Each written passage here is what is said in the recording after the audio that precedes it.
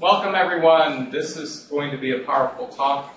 We're going to be talking about the heart in many ways. So to start off, I just want to thank God we're blessed to have Dr. Akhtar, our cardiologist who's on staff here at Total Health Institute. He's been a blessing to us. It's been a blessing to many of you. So he's going to be talking about the heart. Since he is a cardiologist, he's an expert in the heart. And then when he's done, I'll go deeper into the heart. So welcome, Dr. Akhtar.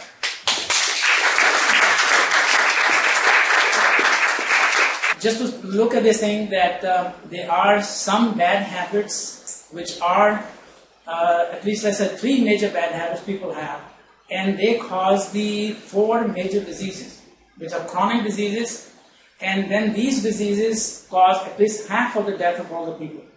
So if you look at this thing, it's a very minor thing for some people, but there are major impacts because of that. The smoking, in the poor dietary habits, especially people eating a high-fat diet and too much of quantity and not burning the calories when they eat it. So the result is that cardiovascular disease, that is a heart disease, which is commonly caused by atherosclerosis, and there are many other types of heart disease. We'll go over that quickly. Then the lung disease from the smoking and the pollution that we get in the environment anyway, diabetes, and then there's something called metabolic syndrome. Metabolic syndrome is when we eat too much, the weight is increased, the blood pressure is increased, the blood sugar is increased, and all of these complications, they cause the multiple other diseases to go with that. And then the cancer is another one. So all these 3 things, if you can see the bad habits, they result into at least 4 of these things, and then at least half the people die because of that. This is a kind of a blurred slide, but to show you that the age difference, if you look at that, divide that in the age, the brackets 35 to 45, and then 45 to 55, 55 to 65, and they say these are the common causes of death. If you look at that, the first 4 segments, from 35 to 75 age, the cancer is the predominant factor. But if you look at that, the last part of the life, the heart disease, and then a little bit less frequency of that heart disease in the other 10. So, but if you put all this together, in the entire lifetime, the heart disease dominates as a major cause of death, and then the other things come on. Let's look at where the heart is. Everybody thinks the heart is on the left side. It's not, it's in the center, but it's pointing towards the left side. If you see that pointing to the left side, that is called the apex. But the heart sits in the middle, in the chest. And then look at the red color is the arteries which take the blood out of the heart, which is oxygenated and pure blood in the sense that it gives all the nutrients, particularly the oxygen, and then goes on to the rest of the body. And when the blood returns back into the heart essentially is just a pumping chamber. It receives, one half receives that, the other half pumps it out. So basically these are 2 chambers, 2 segments of the heart, you can say right heart and left heart. The right heart receives the blood, left heart sends it out after it has been processed in between in the lungs. And let's look at the heart. What does the heart do? Heart is the first organ to become alive in the uterus. About 12 weeks when the soul is inserted in the human being and the body becomes live of the newly supposed to be born, the heart is the first organ to start to function. And by the way, it's the last one to start. Look at the amount of work it does. It pumps 2 gallons of the blood per minute and 100 gallons per hour. How many times? 100,000 beats a day and 2.5 billion times a year, in a lifetime. Think about who works hard and then who hardly works. The heartbeat has its own origin. It is self-starter and self-dependent. And the most important thing about the heart is that it has the nerve cells which are similar to the ones in the brain. Those are responsible for the intellect of a person. The intelligent person has those cells in the brain, but there are also about 40,000 cells are found in the heart. So heart also has an intellect. People may think the heart is not. The heart has intellect. It is a seat of emotions and the decision making. And by the way, the women tend to be more compassionate than the men because they have a more emotional sentiments compared to the men. Men tend to be more selfish And I'll leave it there. The major categories of the disease of the heart. The physical heart disease, psychogenic heart disease, like caused by depression, anxiety, and other conditions. Then there's spiritual heart disease. I'll leave Dr. Nemec to talk about spiritual heart disease later on. The physical heart disease types are divided into the coronary artery disease, the disease of the heart valves, the rhythm disorders, the way the heart starts. It's like the electric light is to turn it on, the wiring system of the heart could be messed up, and there's irregular heartbeat, and you can have palpitation, and then person can pass out, cause syncope. And then diseases of the muscle of the heart. People who drink alcohol too much or have other reasons to have some of the drugs they get into, they get the heart muscle disease. And then the other is called the pericardium, the outer layer of the heart, that get infected. People who may have, sometimes there's a flu. It's a simple flu, maybe lasting a long time, but they don't realize sometimes the flu can affect the heart and the outer covering of the heart. It's called pericarditis, which in the long run can create a problem. And then the people that have a defect of the heart valves or the arteries, they're born with that. That's a congenital heart disease. Now just look at that, how the blood circulates. The blue colors shows the blood coming into the heart from the rest of the body, all from upper and the lower. And then goes from here into the lungs. In the lungs, there's an exchange of oxygen. Carbon dioxide is given, oxygen comes in, and then it comes to the left side of the heart. And then from there, it goes into the aorta, the red one, it goes to the rest of the body. And this is how the actual patient, his MRI looks like it. It is a true picture of a patient who went through an MRI which has like multiple slices of X-ray pictures, similar to that. It's not X-ray because it's different technology. But then the computer puts it together, it looks like this. You can see how the arteries and the veins in the lungs, which looks like the roots of the tree, but those are the ones at the terminal end level. That's where the oxygen exchange takes place. And then it comes back, and then it goes to the rest of the body. And then on the top, you see it goes to the brain. This is how the heart arteries look like it. From the back part of the heart, the coronary arteries, the heart muscle gets the blood supply and nourishment through these coronary arteries. You can see everybody has the same number of coronary arteries, almost. But if the size of the body is increased, the blood supply relatively will be decreased. So they are more likely to get problems with the heart. And here's the example of the heart attack in which the artery of the heart, you can see back here, which is blocked. And in this picture, again, this MRI, this is cut off over here, and the muscle becomes dead.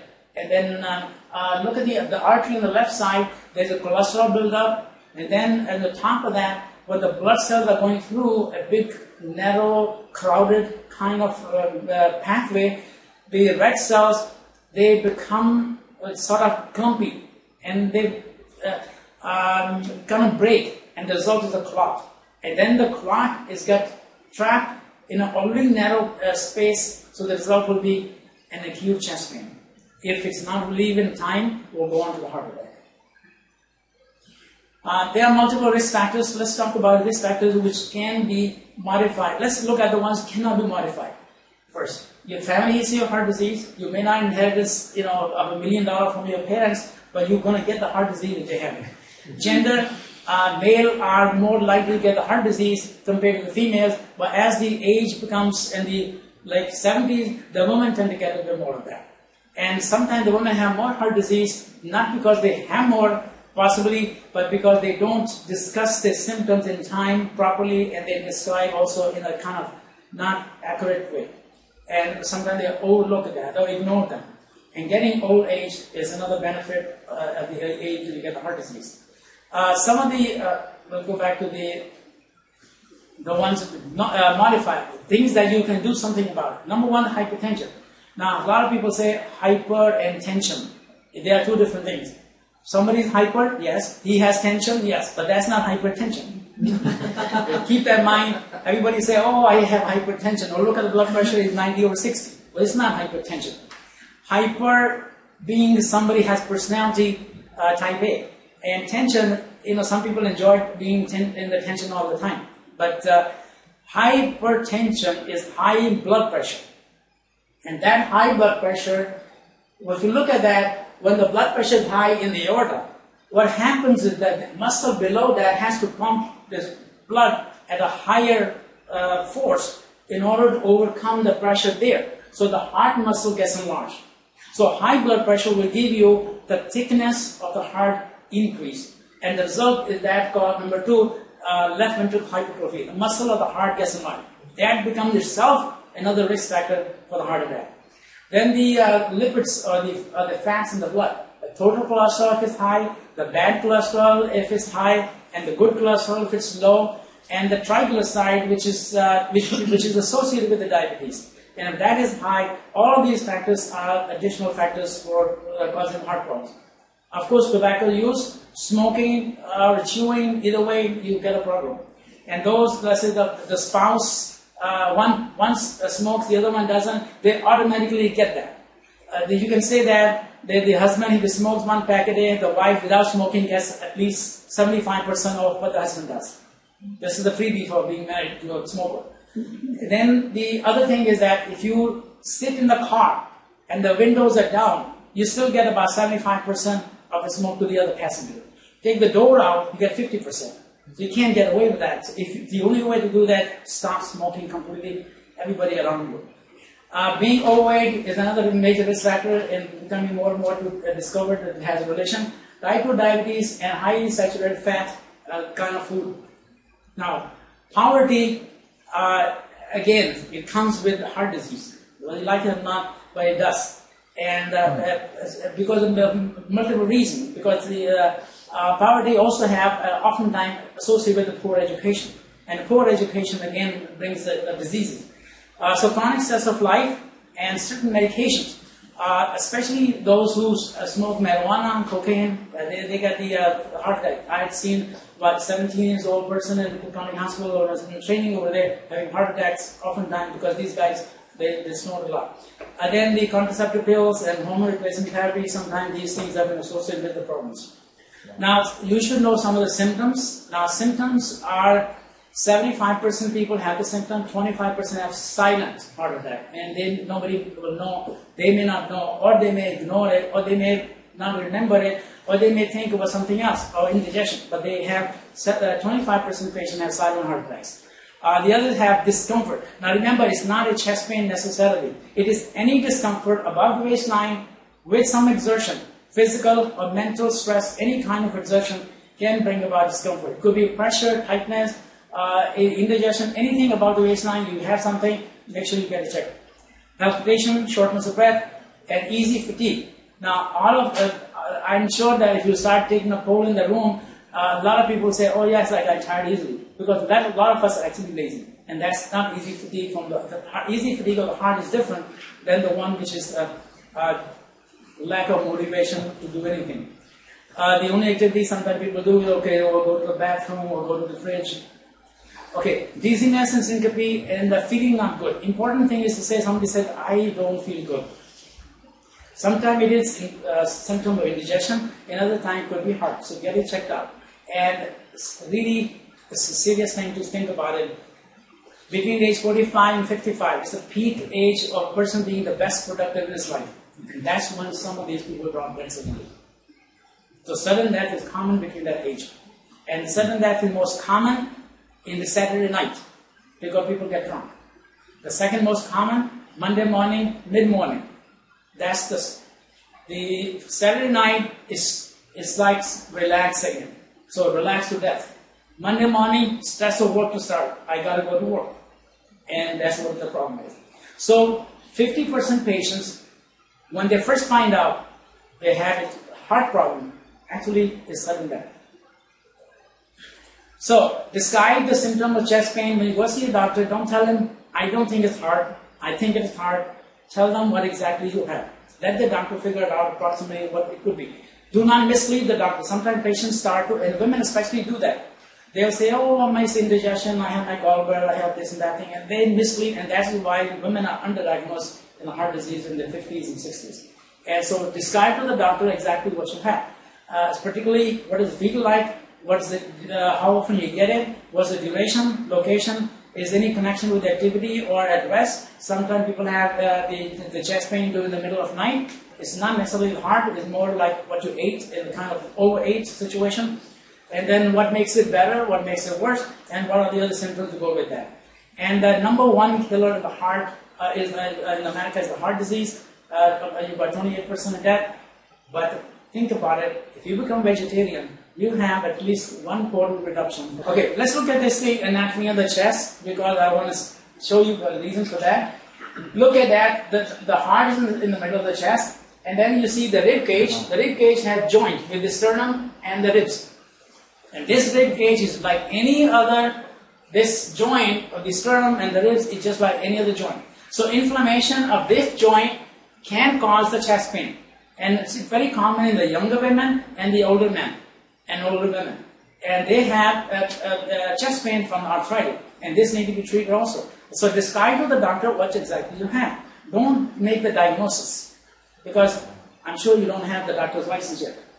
Now, non-cardiac chest pains can also happen, and that is something, the reason I want you to see. One is that the arthritis, the other thing is their lungs there, and then there's the esophagus, and then there are other things, simply inflammation anywhere in the chest area that can cause chest pain.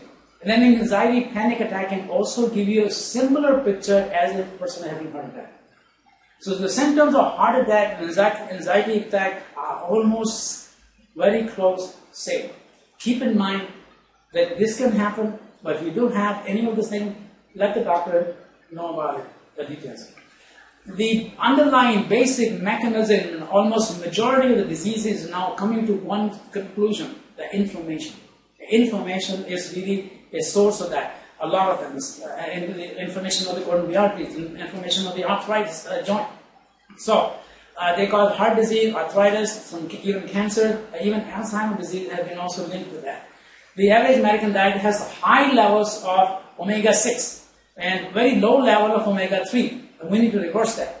And you should try to use ginger, garlic, and some of these kind of God-given natural remedies to prevent the problem before you get it. So the major major factors to summarize that is hypertension, cholesterol, diabetes, smoking, and smoking. I don't understand why people even start. So if you have some friends who smoke, put up a sign over there. If you really have to inhale, please do us a favor, do not exhale. Obesity, the laziness, and other factors they explain. Now, stress is one of the major part of life. Everybody gets a stress. Everybody has or gets a stress. But it's the way you display it or the way you handle it makes a difference. Everybody has stress some way or another. Some don't show it. Some of them they hide it, and some kind of camouflage it, and some over stress it for sympathy, and they still don't get it. Now, psychogenic factors also need to be considered. At least two of them, that is the acute or chronic stress, hostility, and depression. They will be linked to the coronary artery disease. Acute stress can worsen the heart disease, can create a heart attack, and can even suddenly cause stoppage of the blood. The chronic stress can add to the multiple other dimensions. One of the factors is the stress does that it increases the blood cells, which are called platelets. They become sticky together. The red cells start to become clumpy. So when they start to go through the narrow arteries, so a smoker and a diabetic patient will have narrow, smaller artery with multiple spots in the middle. If you look at the old plumbing pipe, and then you have that for many years, and you open the end and put your finger in there, you see a lot of rough spots there. This is how the artery will look like when your cholesterol and the diabetes is present, but much worse than that. So when the blood is passing through, it's damaging some of the cells. They break down, make a clot, and then you have to call a doctor. If you still are able to do it, because 25% don't even get a chance to call a doctor. A stressful job can create a coronary attack and increase the risk of stroke and raise the blood pressure. And the depression is a part of the heart attack. In other words, heart attack patient can also have depression, and depression can cause a heart attack. Now, body responds to stress. Brain produces the hormones, adrenaline, adrenaline is known to cause a lot of good things and bad things. And first of all, you start to increase your breathing. And then glucose and fat is released in the system so that you get more energy to fight with the people around you. And then sight and hearing become a little bit sharper. And you start to become more on lookout. The heart starts pounding. The blood pressure will be up. The blood vessels constrict, become a little bit narrow. So you have a good mechanism of a pre-existing narrowing the coronary artery. And a person who smokes, have diabetes, and have high blood pressure, when he gets stressed, he's need to look at which hospital he wants to go to first, if he's still looking. The muscles start to become all in a defensive mode. Okay, underlying mechanism of heart disease and depression, I won't go into details of that because it will complicate it. Autonomic nervous system, platelet activation that I just told you, that platelet are the cells which are responsible for making the blood clot. Thrombogenesis, that means they become more likely to make the blood clots. And then the wall of the lining of the arteries, they become inflamed and then easily magnetically attract the cells and then cause the damage. And the trigger mechanism is stress at home, or at the work, or financial stress, or some kind of recent events in life. It's been just recently found by the research, the most likely, the person who is stressed out is the young woman, low education, and low income. When all these combine, there's definitely going to be a stress and depression. And today, more people have stress and depression, anxiety, and all the combination compared to 25 years ago. And I think it's going to get worse next year, the year after, repetitively. Women tend to have more stress than the men. They tend to be more emotional. Men sometimes don't care because they suffer. The other thing is it takes a little bit longer for recovery. And social isolation, lack of quality support, it also creates heart disease. Have anybody heard the broken heart? Yes. There is a literally broken heart when the heart really ruptures after a heart attack. That's really a bad news. The other one is emotionally broken heart, which means somebody is heartbroken, whatever reason. They do get heart attack within 24 hours, much more than hours later. So sudden severe trauma, emotional trauma in anybody, watch this person for the next day or two, because that is the person who's going to... And you ever heard this thing, so-and-so at this age, old age, husband died with this multiple thing, within a few months or weeks, the wife goes away too. It is a very common thing. It happens frequently, within the time 3 months. But in 1 year, most of it. So, the broken heart is definitely a condition, and I'm not going to symptom depression, but let's talk about a major problem that becoming an epidemic these days is the weight. Now, people always say, I don't hardly eat much, but I can't lose weight. No, we need to write a book on that, that how this become happen. It is a simple bank account on the saving. You put the money in there, at the end of the year you have it. You didn't have the money because you didn't put it in there. Or you put it in there and you kept spending it. So most of the time, money-wise, we keep spending. But the calories-wise, we keep accumulating. So the result is that now we are having a risk factor, so a major risk factor. So energy expenditure, resting and sleeping activity, it doesn't do much in spending. Now, how does the weight differ? In the men, they look like apple type, and the women is the pear type. And this is the risk factor. Men have more risk on the front because when the belly is big, it has less space for the lungs to expand and the heart to work around. So if somebody looks taller when he's lying down, it's the worst news. Now, metabolic syndrome is mentioned earlier that there are multiple things in there. There's starts out with weight, where the blood sugar goes up with that, and then they also start getting depressed. Then they are high blood pressure condition, the cholesterol is high, and all of these cascade of things start to come together, and the result will be inflammatory markers increase, the protein urine increase, the glucose increase, cholesterol is high, And then and all these guys in the hospital looking business, and also this business for cemetery. Now, being overweight has multiple problems. Less than age 60, 70% of them have too much fat. Over the age 60, 80% of them have. And it's like having 500 million extra people in the world.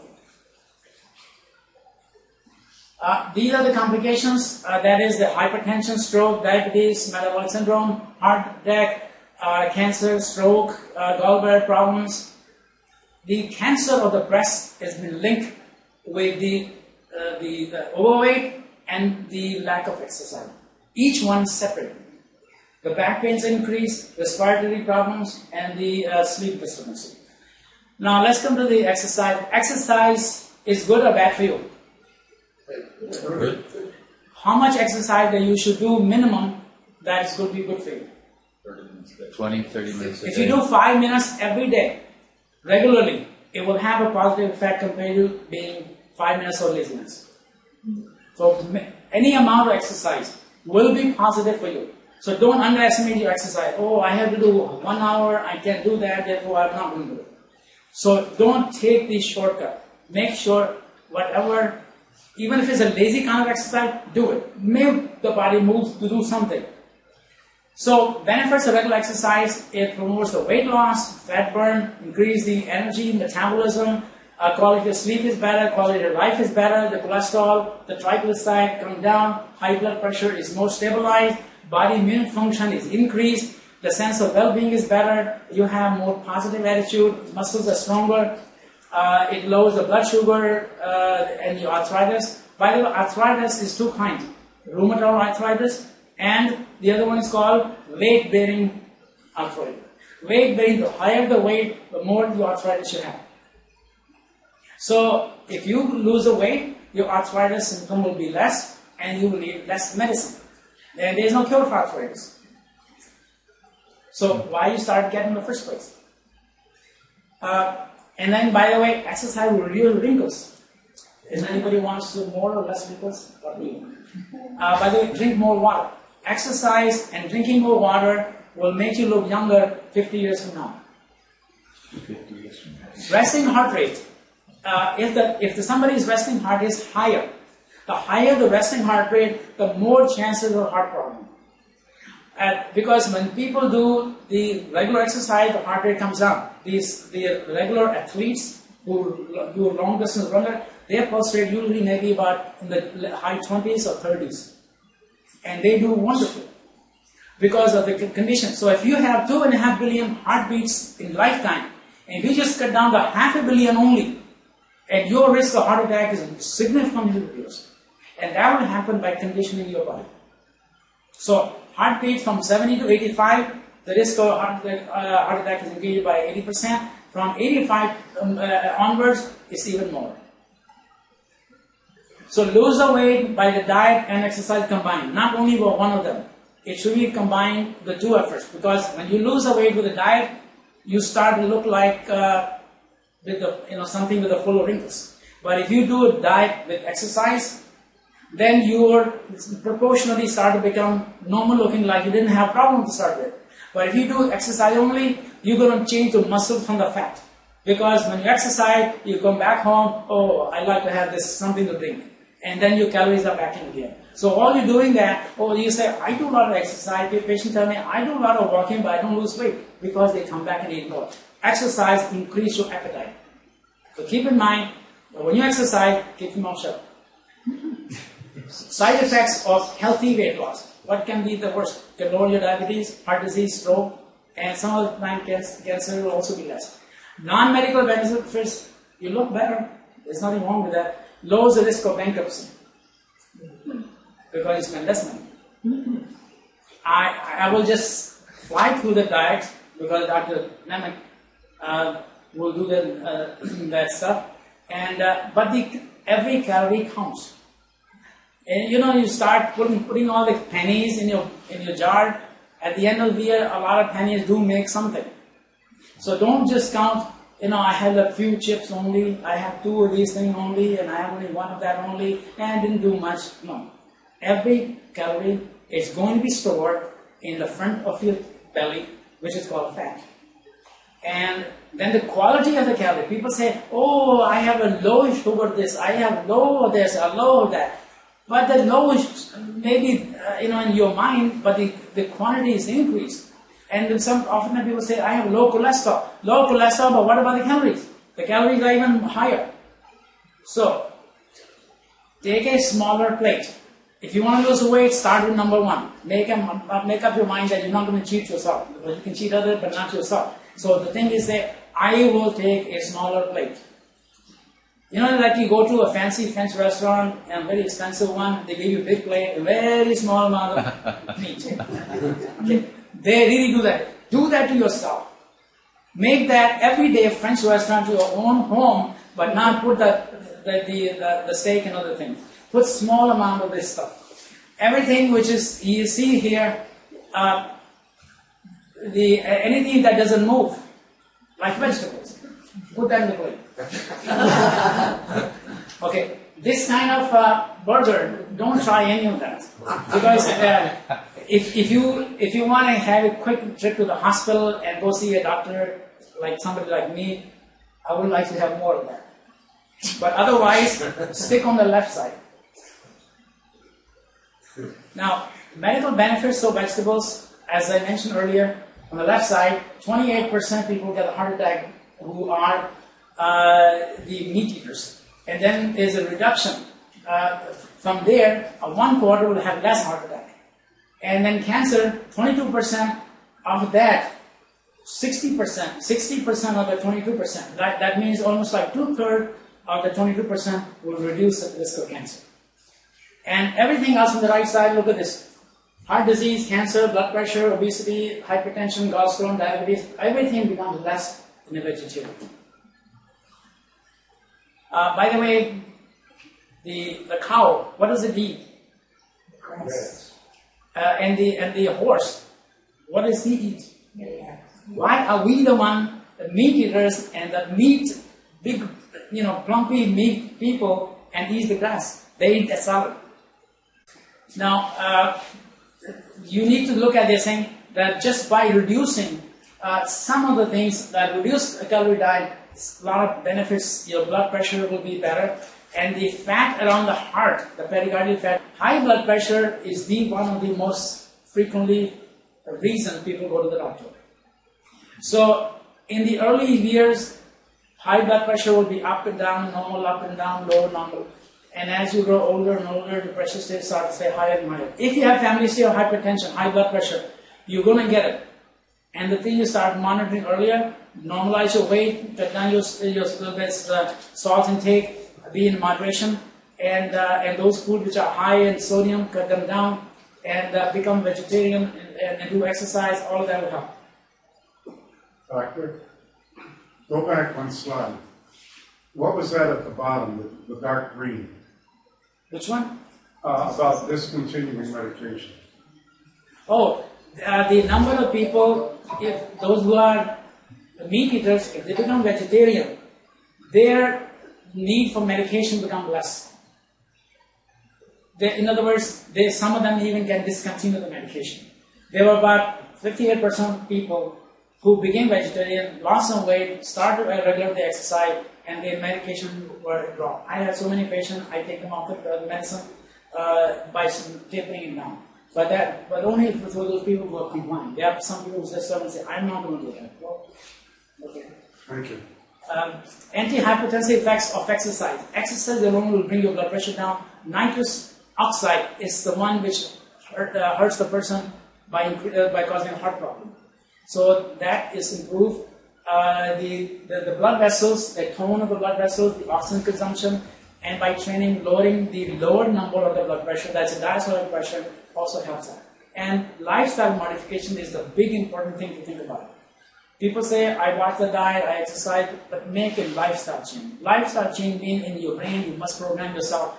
So lifestyle change, continue watching TV, and then eat more vegetable. That doesn't mean that you continue other things. What it means, stop other thing, and now you add the vegetable. People say, I eat vegetable all the time, nothing happened. Why? Because they added the vegetable to their only existing, junk food. So, man-made stress can be reduced. It's a modifiable risk factors. And there are so many of these things that can be removed. So, if you improve these three things and you're not doing it, find a person who's doing it and make your crusade to have that person stop that. Whatever it takes. Okay, and God will reward you. Because if you can save somebody's bad habit and then bad lifestyle and maybe bad consequences, a heart attack, somehow you will be compensated. Don't try to do it like this. This is the actual person walking in the street. Now, I put this slide earlier that if you have 70 years of your life, just interesting thing. 1/3 we spend in sleeping. Okay? And 1/3 we do other things, which is businessly, your education, your training, and your job, traveling for the job. And 1/3 is for you do watching TV and gossiping, especially, talking behind the back of the person who is not there, and sitting on the toilet. So look at how much time we spend. If we can spend a fraction of that amount for our Creator, God Almighty, who sent us here, and remember Him, I think we're paying too much. We're just doing only a fraction of what He gets. So try to smile more often because it doesn't cost anything. When we're talking about balancing the heart, as Dr. Akhtar said, there's a lot to the heart. You have to look at it physically, mentally, emotionally, and spiritually. What I'm going to be talking about is not just the heart, because you can't really just talk about the heart when you talk about the whole person. You have to talk about the brain, the mind, and the heart connection. So the 4 most important systems that control your health: nervous system, hormonal system, digestive system, detoxification system. So look at the nervous system like the owner of the company. The hormonal system are the managers. The digestive system are the workers. And the detoxification system are the cleanup crew. We need them all working together. So when you're going to have a problem, the nervous system controls all. And as Dr. Akhtar was talking about, the heart is supplied by the autonomic nervous system, the vagus nerve. So it's very important we balance nervous system, hormonal system, digestion, elimination. When we look at these, very simply, number 1 is oxygen, air, breathing. Most people don't breathe, deep diaphragm breathe. A sign of stress is shallow breathing. You have to train yourself to breathe. It doesn't come naturally to us. Water, 32 ounces of purifying water per 50 pounds of body weight. You have to get the toxins out of the system. You have to get this out. Most people don't drink enough water. Food, a living raw plant-based diet, high in bioelectricity, enzymes, phytochemicals, low in sugar, alkaline pH, high in oxygen.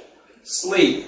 This is a big one. This is one that I've told you many times, but I will continue to tell you because it's one that has such huge benefits for our health, and we are so easily to push it off. You want 4 hours of pre-midnight sleep.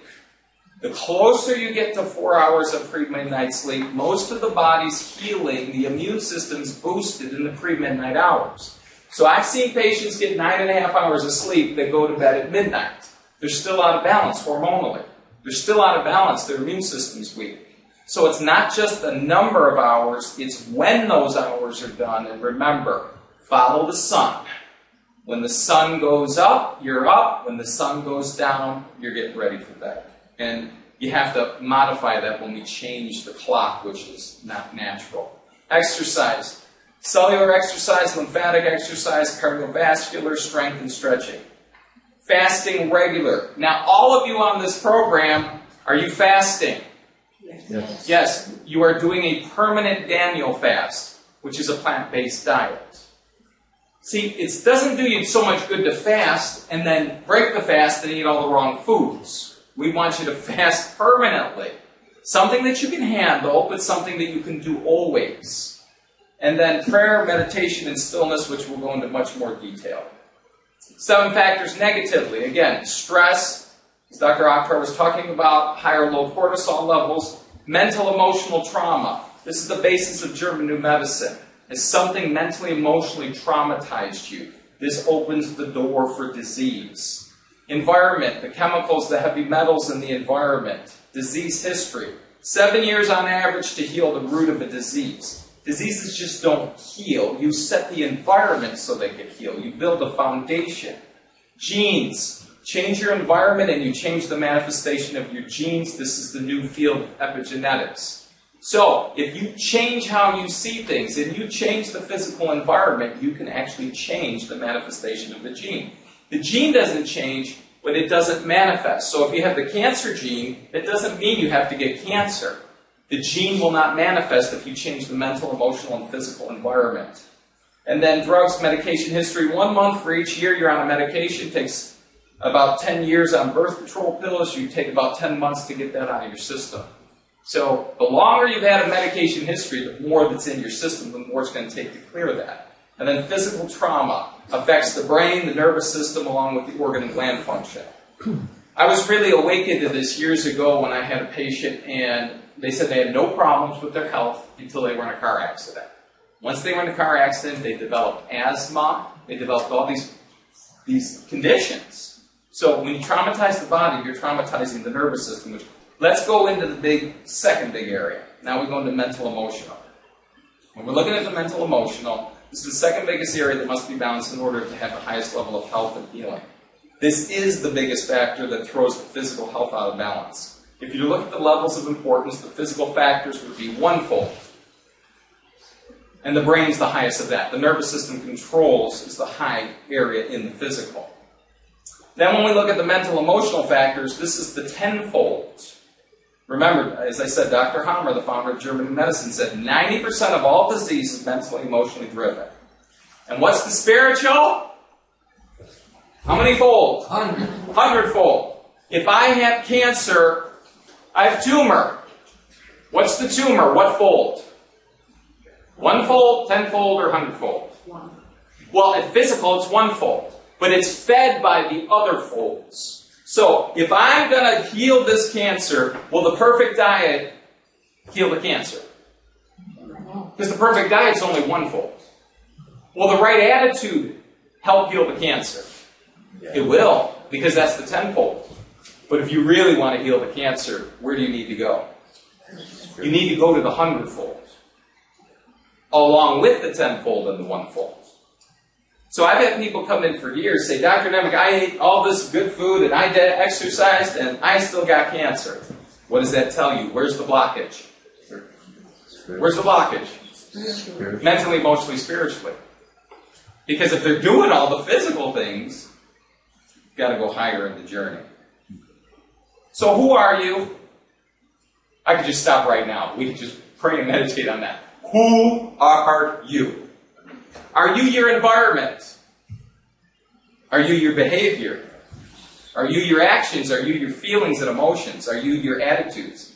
Are you your thoughts? Are you your values? Are you your beliefs? Are you your personality? Is that who you are? We look at it from a pyramid point. Who you are is not those things.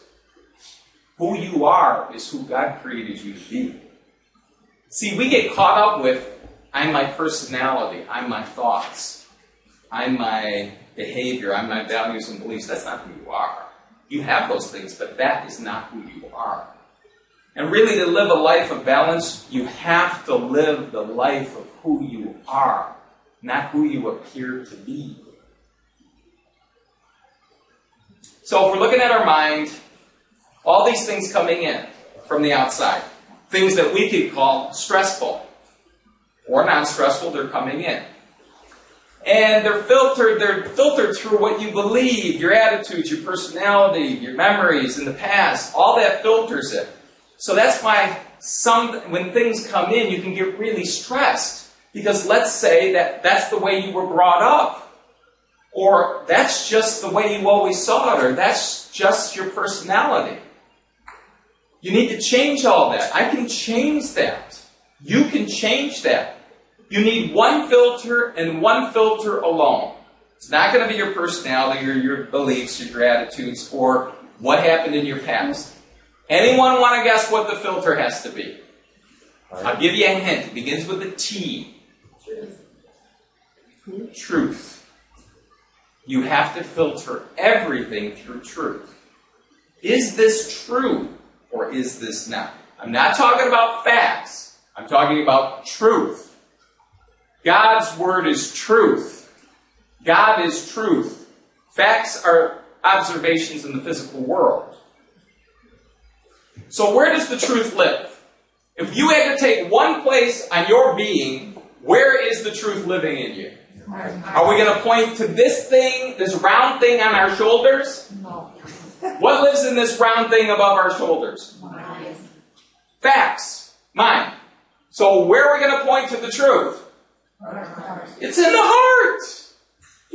It's in the heart. So how does the truth get into your mind? It first has to be in your heart to renew your mind. Okay, let's just go over the mind, just a quick review so you understand what you're coming against with this mind. There's 3 states of consciousness. Present consciousness, subconsciousness, and unconsciousness. Now again, consciousness is what you're listening with your mind right now to me. You're in a present state of consciousness. Subconscious is your personal stored history. So everything that was done to you, like a Memorex tape, it's all stored in there. Good, bad, it's all in there. Unfortunately, 70% of the programs are negative. And then unconsciousness is your family line or generational stored history.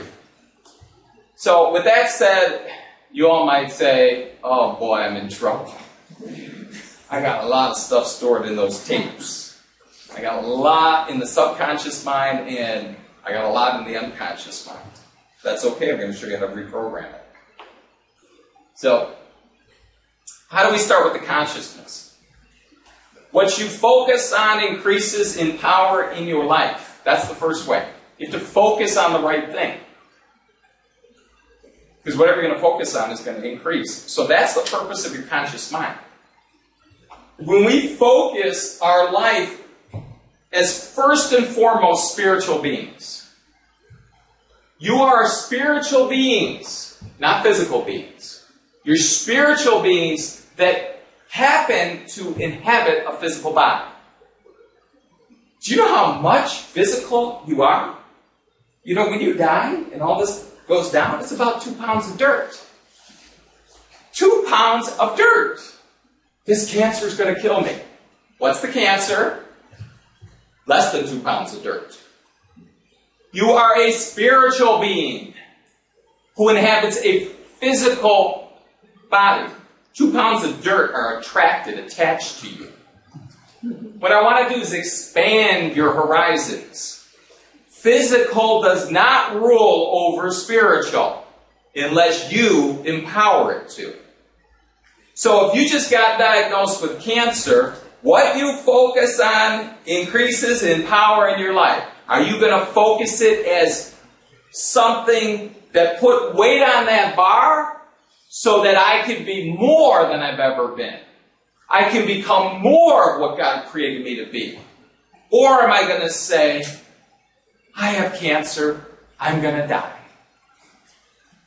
Remember, as children of God, everything is going to give glory to Him if you allow it. Subconscious, again, these are just stored programs. Now, subconscious is the hardest to come against. You know why? Because that's the automatic program. Let's say your whole life your parents told you you're going to amount to nothing. You're no good and you're going to amount to nothing. That's a program. It's stored in there. So there's only one way you're going to feel like you are going to amount to something. You have to have your conscious thinking mind focused on, I am going to be something. Now, we don't want to focus on I am going to be something, because what does that build up? Ego. See, there's 2 sides of ego. Low ego and high ego. Low ego is what your parents told you and made the program. What was the program? You're not going to amount to anything. What's high ego? I am going to amount to something. I'll show you. Is that healthier? No. It's still ego. No, what you're going to focus on is not, I'm going to show my parents they were wrong. What you're going to focus on is who God created you to be. That's who you are. That's where the power is, and that's how you reprogram the subconscious mind. By going into your heart and getting out of your mind. So there's two ways to program the subconscious mind. You can do it with focus awareness, where I'm always focusing on what God made me to be, who I am in Him. Or you're going to follow your heart. Your heart will eventually reprogram conscious, subconscious, unconscious, as long as the heart's filled with truth. Now, another thing, just so you remember, up to the age of 6, you have no conscious filter, which means anything your parents, your brothers or sisters, anyone in your family told you up to age 6, you couldn't say, I don't agree with you. So if your parents told you you're not going to mount anything, you don't stand up and say, well, I don't think you're right. You don't say it because you don't have the conscious filter to say it. So that's why those early years make these programs. But don't feel bad with the bad programs, because we all have bad programs. There's no one who doesn't have bad programs. I'm just showing you, with conscious awareness on who you were created by God to be, and by following your heart, the truth that's in the heart, you will overcome these areas. And unconscious, again, that's just your family line, all the way back. So, if you do not live your life with extreme conscious awareness in the present moment, that's one way to not kick into the subconscious program. You got to stay real aware. Okay, so if I'm climbing a mountain, I'm a mountain climber. Got it? I'm like climbing the mountain, like my life is on the line every moment. Am I going to think, what's for dinner tonight? No, I'm in extreme conscious awareness because my life depends on it. Now, in extreme conscious awareness, you do not kick into subconscious mind programs. You can't because you're extreme. But I'll tell you honestly, in day-to-day living, not many people are going to be able to stay in extreme conscious awareness. What's much easier than staying in extreme conscious awareness is just staying in conscious awareness, reminding yourself of who God created you to be. But easier is living a heart-directed life. Follow your heart in everything. The heart is very powerful, electromagnetically and energetically. It's 5,000 times stronger than the mind, the actual field that it generates. It does that for a reason. God knew you'd need to follow it, and He knew what the answer would be. The conscious mind processes about 2,000 bits of information per second. The subconscious mind about 4 billion bits per second. That's 2 million times stronger than the conscious mind. So can you see where you're in trouble? If you have stored subconscious programs that are negative, they're 2 million times stronger. It's going to be hard to stay in conscious awareness all the time, but the heart's energetic field is 5,000 times stronger than the subconscious mind. That's the answer. The heart is the answer. It is the answer to all the questions. How are we going to do this? The heart is where God speaks the truth. The heart is where your purpose is. The heart is where the things of the Spirit live, like love, joy, peace, and hope, and perseverance. So, the question is, this is where we need to train ourselves. See, in America, we are trained. They send us into the school system, and what do we train? What do we train? We train our mind. We train facts. We train knowledge. We train mind. It's not the answer. Because you'll never be able to override the subconscious and unconscious mind programs if you're using your mind. You just won't. But if you go into the heart and train yourself to be a heart person, not a mind person, that's where the answer is found. So healing body, mind, and emotions. You can only heal your body, mind, and emotions when you are one with God, when your mind and your brain and your heart are one. First step is to balance your brain. This is what we do with the treatments. Second step is to balance your mind. Treatments and teaching. Third and most important step is balance your heart. This is our logo. It wasn't done just to be a nice picture. It is a heart on fire. What is your heart supposed to be on fire for? The things of God. What God created you for. Your purpose. Your purpose is not your own. You are a son or daughter of His. That's why your heart has to be on fire. Notice we didn't have a brain on fire. We had a heart on fire. In fact, we should have a brain on fire. Burn it up. It doesn't exist anymore. Okay, so to heal your disease, you must balance the brain, balance the mind, balance the heart, and balance the body. Now remember, the heart is the conductor of the symphony. If we're looking at the brain and the mind, when we do the brain mapping, we can see the areas of the brain out of balance, just like different instruments in the orchestra playing out of tune. The conductor that gets everything playing in harmony is the heart. What gives the mind so much control? Many of you have known in that journey, boy, this is tough coming against what we call the old nature. We call it Sally and George. It's the part of you that's not the God part, it's the you part with all the stored subconscious programs. So what gives the mind so much control? A life of negative stored subconscious programs, many negative generational unconscious programs past you, and brain imbalance, brain incoherence. See, anything you do to your physical health affects your brain, and anything you do to your brain affects your mind.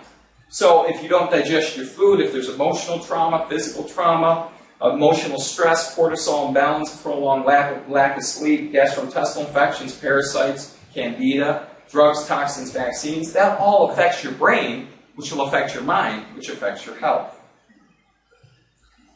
What feeds the heart? Truth, but he speaks to it. What feeds the mind? Mostly facts that are not true. Now, truth that is fact, the two are one, that feeds the mind in the right way. But the facts that are not truth, that's the wrong way. So one produces life and the other death. But the word says this. This is Moses speaking. I've set before you life and death, blessing and curses. Now choose life so that you and your children may live and that you may love the Lord your God, listen to his voice, and hold fast to him. For the Lord is your life. What did Dr. Akhtar just show? He showed how much time in your life is spent doing things. If the Lord is your life, how much time is going to be spent with him? Okay, let's do it this way. If your spouse is the love of your life, how much time are you going to spend with them? Like all of your time. All of it. You're going to sleep with them, you're going to eat with them, you're going to be with them most all the day. I mean, if you're going to your separate work, but you're going to be with them, that is your life. What does Moses say here? For the Lord is your life. Not he's part of your life. You can visit him on Sunday. You can read a little bit about him. When people say, Dr. Nemec, how do I fill my heart with truth? How do I balance my heart so it balances my health? The first step is this. The Lord is your life. Not a part, is. What blocks the mind from being fed the truth? Being in the old nature apart from God. Again, we call this the Sally George nature. So, when you're in your nature apart from God, you're into yourself. The I, me, my, mine. Your focus is yourself. Now, if I want to be in myself, then I just think about myself. So I think, well, how can I have lots of money, and how can I be healthy, and how can I have a good day, and how can I have my children have everything? It's just I, me, my, mine. That's not the God-directed life. Our focus is on him, not on us. Having the world in you instead of you being in the world, but not of the world. The world is a very tempting thing. We're not supposed to go to an island. We're supposed to be the light of the world. But you can't let the world go into you. Because if the world goes into you, then you're living from your mind and you're stimulating the mind. And the other thing is a brain that's out of balance. When we see that when we do the brain map. How do you hear the truth that God is speaking to your heart? Again, here's what Moses said. He answered the people, do not be afraid. Moses said this when he was on the beach, and all the Egyptians are coming, and all they see in front of them is what? Water. A big sea. And they're like, oh no, we're going to die. We're going to die. They're going to kill us for sure. What does Moses say? Do not be afraid. Now, what is he saying? What does the word afraid mean? Do not go into your what? Your old nature, your mind. Do not think. See, you're thinking like a person. You're thinking there's water there. And that nothing can happen because the water's too big. How many of you have problems in your life or have had problems? They're like the Red Sea. Moses says, do not be afraid. Stand firm. Stand firm in what? Your mind or your heart? Stand firm, and you will see the deliverance of the Lord will bring to you today. The Lord will fight for you. You need only to be still. Oh, is this powerful? What do you need to still? Your body or your mind? Your mind. Because their mind's saying, this is impossible. There's an ocean there. There's a sea there. They're going to kill us for sure unless we can swim really fast. But see, they're thinking as men think, not as God thinks. What did I tell you? Are you a physical being or a spiritual being? Then you need to start thinking like a spiritual being. You can't think like a physical being. You need to think like you're a son or daughter of God. You can't think like you're thinking, or you'll have all the stress and the imbalances that you'll have.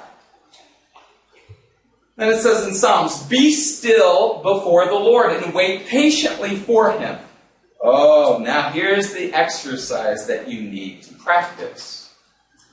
See, we're really good. If I tell you to go out and do this exercise, you'll say, okay, doctor, I'll do it. I'll try real hard. Because it's a physical thing.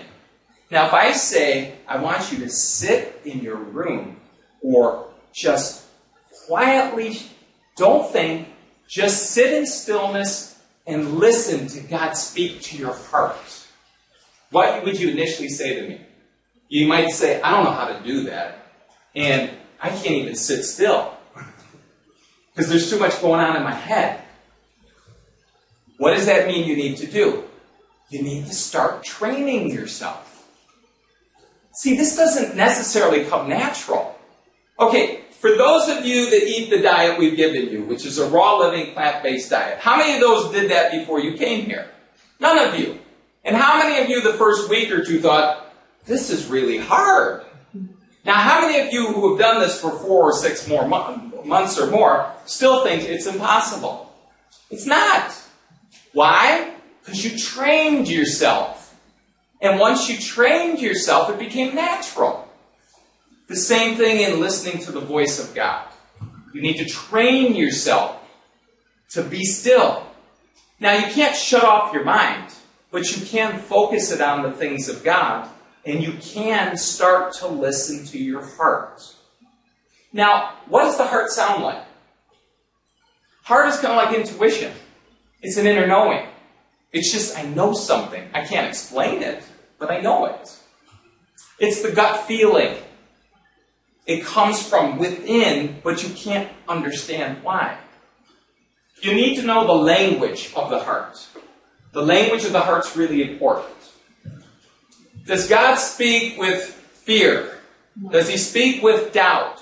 Does He speak with those things? No. God's nature is what? Love, joy, peace, hope. If I'm still and I'm listening to my heart and I feel fearful, I feel doubt, am I listening to my heart? No, I'm back into listening to my mind. See, when you go into an impossible situation and you go into your heart, you will have peace. He will give you peace in every circumstance once you learn to train yourself to listen to the truth. In Psalm 46, what does it say? Be still and know that I am God. That's our motto for the impatient here. Be still. Still that mind. That's how you're going to know in your heart what God's saying. You need to still the mind. For I know the plans I have for you. This is God speaking. I know the plans I have for you, declares the Lord. Plans to prosper you and not harm you. Plans to give you a hope and a future. See, God's plan is not cancer. God's plan is not heart disease. God's plan is not poverty. God's plan is what? To prosper you. To give you a hope and a future. That's God's plan. Then you will call upon me and come and pray to me, and I will listen to you. You will seek me, and you will find me when you seek me with all of your what? Heart. That's when I'll be found by you, declares the Lord. And I'll bring you back from captivity. What are you in captivity to? Your mind. You're selling George's mind. You're in captivity. He says, come, listen. I'm going to speak the truth to set you free in your heart. And it will set you free. So remember, prayer, let's look at it very simply this way. There's many types of prayer. But the one that I want to get a point across to you today is prayer is communication with God by talking, but most importantly, by listening. See, all the truths will be revealed to you if you train yourself to listen to the voice of God spoken to your heart. See, let me just go back. Most people, when they pray, religious prayers, how do they pray to God? They give Him their what? Their list. Make me healthy, take care of my children, make everything this. They go through their list. God knows what you need before you even say it. So wouldn't it be better, instead of giving Him your shopping list, to say, Lord, you know all things. Show me what you want to tell me. You speak to me what you want me to do, instead of you asking Him for what you think you need.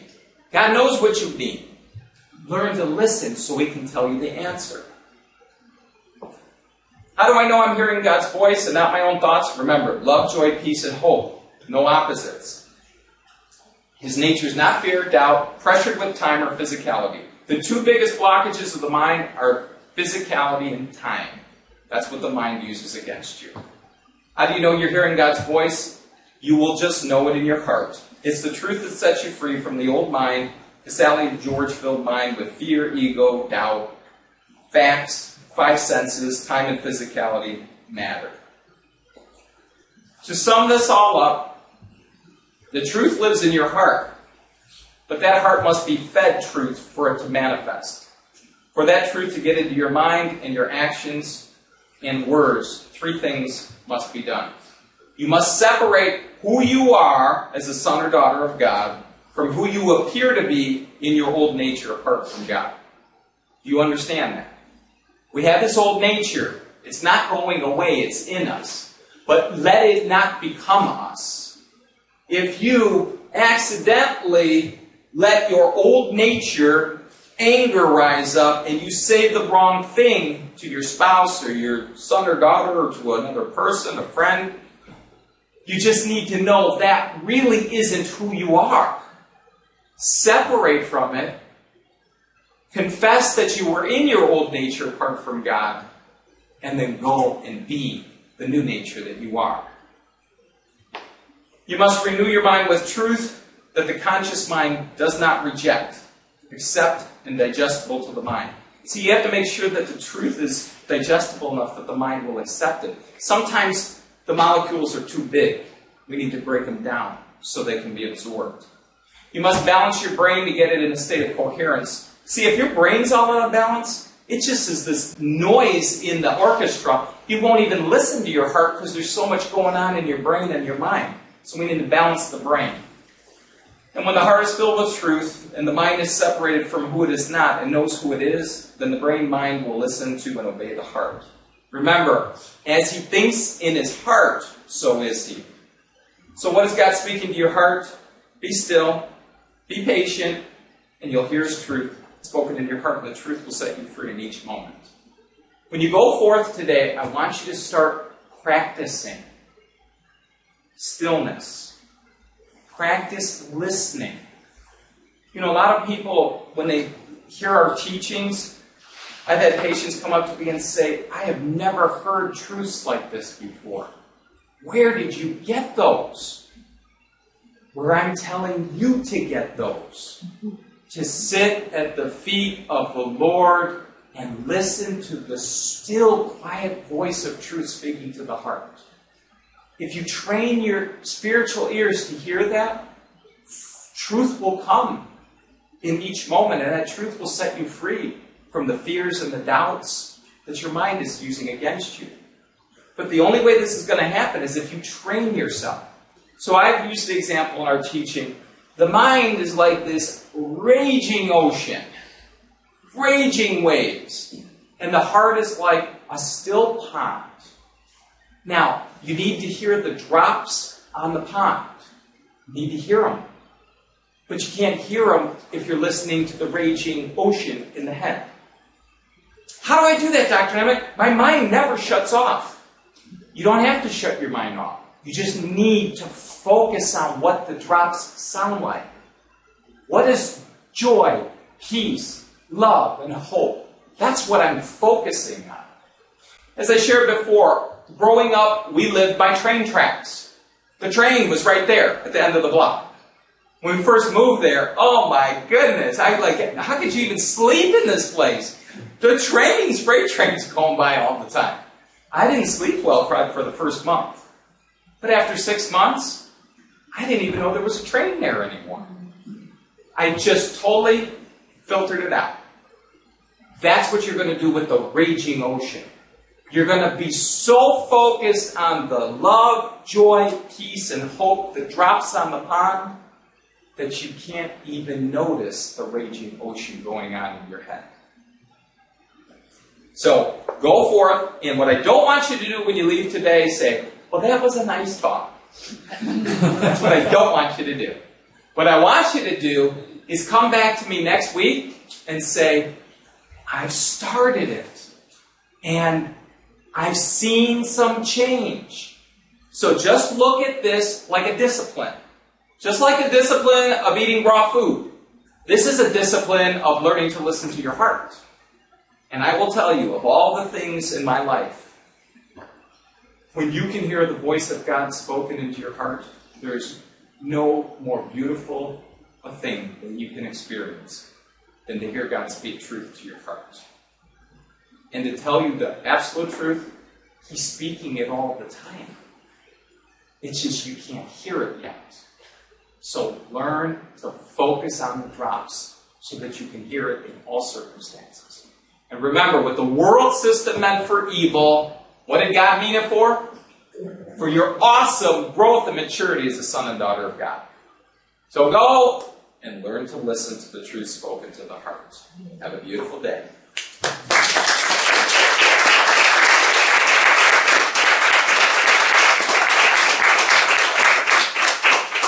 All right, any quick questions? Yes? A heart attack, does that not destroy some of the heart's neurons, thereby interfering with the entrainment?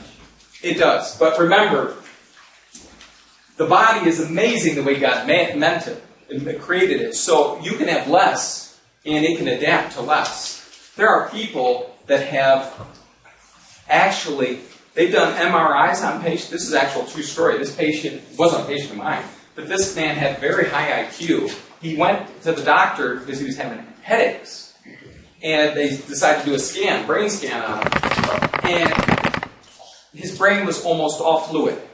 The cortex, which is the whole brain, the thick part, it was down to just so many millimeters. So basically he had no brain. And he had a high IQ. So remember, you always have to remember not what I lost, but I'm a what being? Spiritual. I'm a spiritual being. Does a spiritual being really need the dirt? Does it really need the brain cells? No, not really. But again, you have to get the revelation of that. You know, I can say it, but until it goes into you. So, remember, the only time that your life will be totally changed is when the truth really, really sets in the heart. How do you know the truths of your heart? You can't be shaken anymore. Okay. So, let's say we're talking about living raw food. Let's say God really spoke that to your heart, that this is really what you should be using for fuel for the body. And let's say they came up with new research that says, oh, living raw food is actually the opposite. We have all these clinical studies that show you get sicker when you eat living raw food. So if you can be shaken and say, well, then maybe I shouldn't be eating it, then it was never in your heart in the first place. See, once it's in your heart, it cannot be shaken. Not no matter what happens, it cannot be shaken. So when the truths get in your heart, then it's set.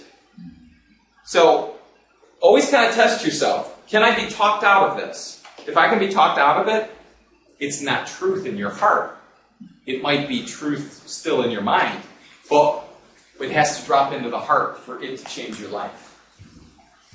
Good question. Any other questions? Yes? This is a dumb question, but someone that has a heart transplant? Oh, yes. See, a heart transplant's it's like a brain transplant. I mean, it must be. I mean, you have everything of that person. I mean, you have their memories, you have everything. Have you looked into that at all? That side of it? But then again, it's just more that you have to come against. But if you're a spiritual being, you can come against it. So let's say you had a heart transplant and it was a mass murderer. So now you got the heart of a mass murderer and you feel like killing people all the time. That is a test. That is something you can overcome. But to overcome it, you have to remember you're a spiritual being, not a physical being.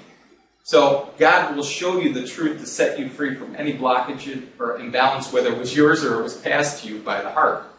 So let's say a person has a major food issue. They have major food addictions or drug addictions or any addiction. You think there's no way I can break this. Of course you can break it. You can't break it in your ability because you're looking at yourself like a person. When you look at yourself as a spiritual being, as a son or daughter of God, if you seek the truth, you will find it, and it will set you free. But you can't seek the truth in your mind. You're not going to break it in your mind. You're going to break it when God shows you how to break it from your heart. That's how my beautiful sweetheart's healing came. God spoke the 7 basic steps to total health to our hearts, and we obeyed. We sat at the feet and listened until truth started to be revealed. So it doesn't make a difference if you have bad parents, if you have a heart transplant, or what you have. That's all physical, mental, emotional. Spiritual rules all. It rules all, as long as you learn how to live in that.